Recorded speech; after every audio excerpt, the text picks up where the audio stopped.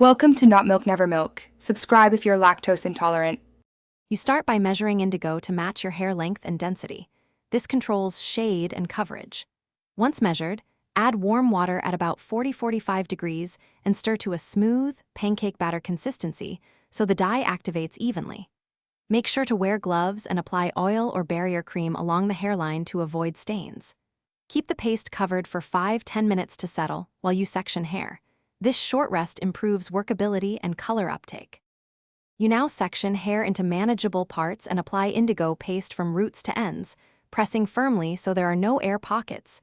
This ensures even pigment contact.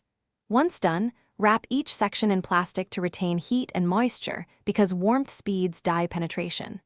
Make sure to monitor development time, shorter for lighter tones and up to 90 minutes for deep blue-black. After timing, rinse gently with water. Do not use shampoo yet, so the color sets fully. You finish by rinsing with warm water until the runoff is nearly clear, then condition to restore moisture. Avoid shampoo for 24-48 hours so the pigment oxidizes and stabilizes. If you see uneven patches, gently reapply a thin layer of paste to damp hair and rewrap for 20-30 minutes.